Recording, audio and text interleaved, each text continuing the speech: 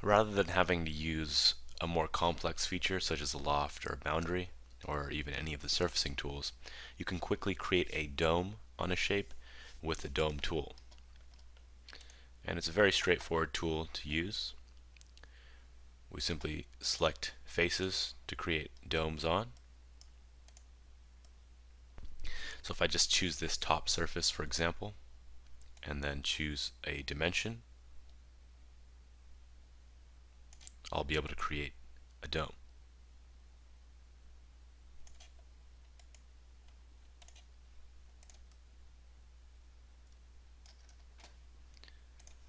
And we could quickly do the same on these other shapes as well.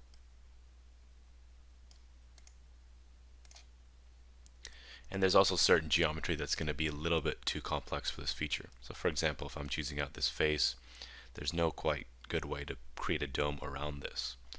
So the feature isn't going to complete.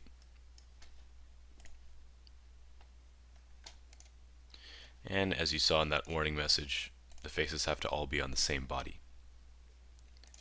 So we'd create multiple dome features to be able to do the other bodies.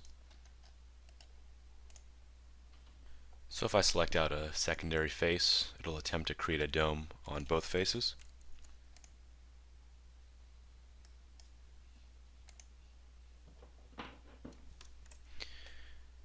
In this case, choosing these two faces is too complex.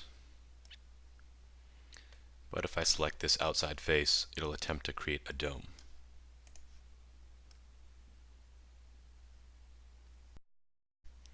I can also constrain the dome by using a sketch. So for example, if I put a sketch point on the top plane and then create a dome from this body,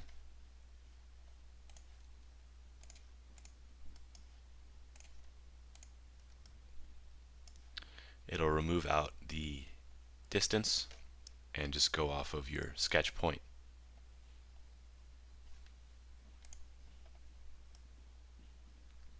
And if the tool notices that you might be using an ellipse, it'll bring up this elliptical dome option, which will give you slightly different geometry. The last option in here is being able to choose out a direction. So if I created a sketch with a line in it, I can change the orientation of the dome. Typically you don't want to draw something parallel, as that feature won't work. But if I want to create an angled dome off this a little bit, I can create a line slightly off the normal.